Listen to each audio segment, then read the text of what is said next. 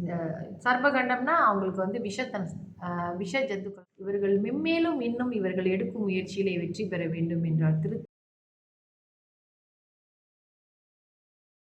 அனைவருக்கும் என் இனிய காலை வணக்கங்கள். என்னுடைய பதிவுகளை தொடர்ந்து கேட்டு வரும் அனைவருக்கும் என்னுடைய மனமார்ந்த நன்றிகளை தெரிவித்துக் கொள்கிறேன். இன்றைய பஞ்சாங்கம் பார்ப்போம். இன்றைய தேதி 6ஆம் தேதி 1ஆம் மாதம் 2026 செவ்வாய்க்கிழமை, தமிழ் மாதம் மார்கழி. இன்றைய சூரிய உதயம் 7:24, சூரியாஸ்தமனம் 7:13. இன்றைய திதி தேய்பிறை திருதியை. தேய்பிறை திருதியை திதி முடியும் நேரம் இன்று காலை 10:32க்கு. அதன் பிறகு சதுர்த்தி ஆரம்பமாகும். இன்றைய நட்சத்திரம் ஆயில்யம். ஆயில்யம் நட்சத்திரம் முடியும் நேரம் இன்று மதியம் 2:48க்கு. அதன் பிறகு மகம் ஆரம்பமாகும்.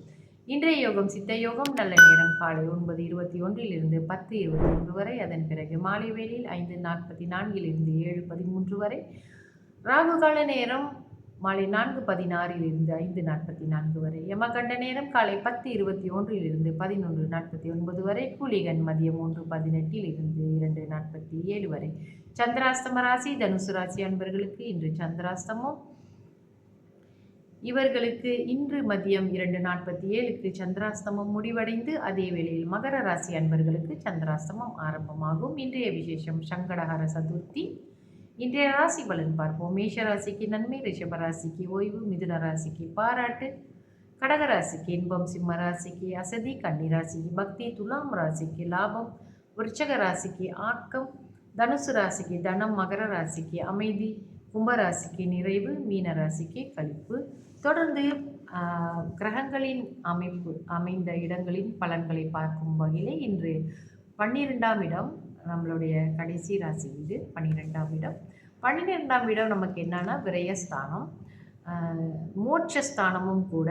நம்மளோட தூக்கத்தை பற்றிலாம் இந்த இடத்த வச்சு நம்ம சொல்லுவோம். நம்ம என்ன மாதிரியான விரயங்கள் நமக்கு ஏற்படும் என்பதை பற்றியெல்லாம் இந்த இடத்தை வைத்து தான் சொல்லுவார்கள். இங்கே சூரியன் இருந்தால் என்ன பலன் என்று பார்ப்போம். பிதாவுக்கு 12இல் சூரியன் இருந்தால் பிதாவுக்கு அரிஷ்டம், தைரியம், நேந்திர ரோகம் என்றால் கண்ணில் நோய் வரும்.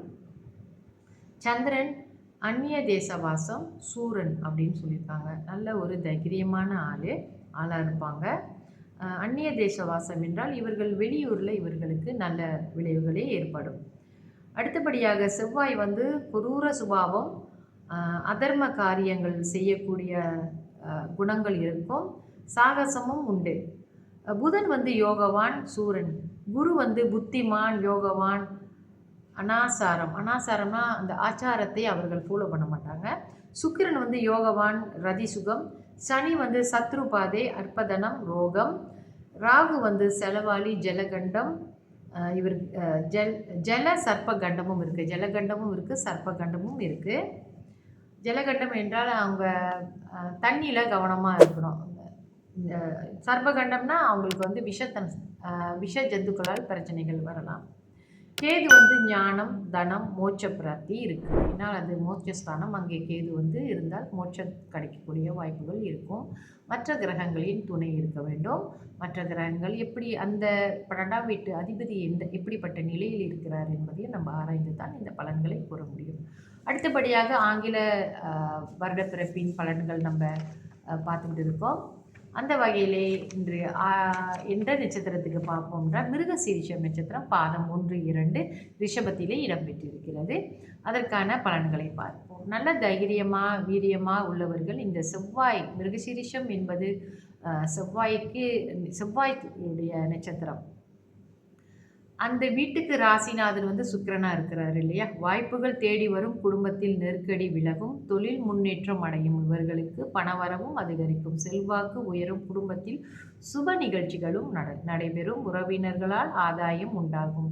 இவர்களுக்கு சூரியன் வந்து பிப்ரவரி 13 ஏப்ரல் 13 வரைக்கும், ஜூலை 17 ஆகஸ்ட் 17, அக்டோபர் 18 நவம்பர் 16 வரைக்கும் இந்த காலகட்டங்களில் எல்லாமே சூரியன் இவர்களுக்கு நல்ல பலன்களை தருகிறார்.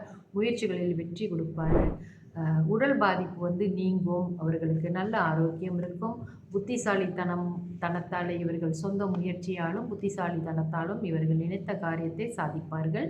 இந்த மிருகசீரிஷ நட்சத்திரக்காரர்கள் 1ஆம் பாதம் 2ஆம் பாதம், சரிங்களா. இவர்கள் இவர்கள் மென்மேலும் இன்னும் இவர்கள் எடுக்கும் முயற்சியிலே வெற்றி பெற வேண்டும் என்றால் திருத்தணி முருகனை வழிபட்டு வாழ்க்கையில் நன்மை உண்டாகும். இவர்கள் நினைத்த காரியத்தை சாதிக்க முடியும்.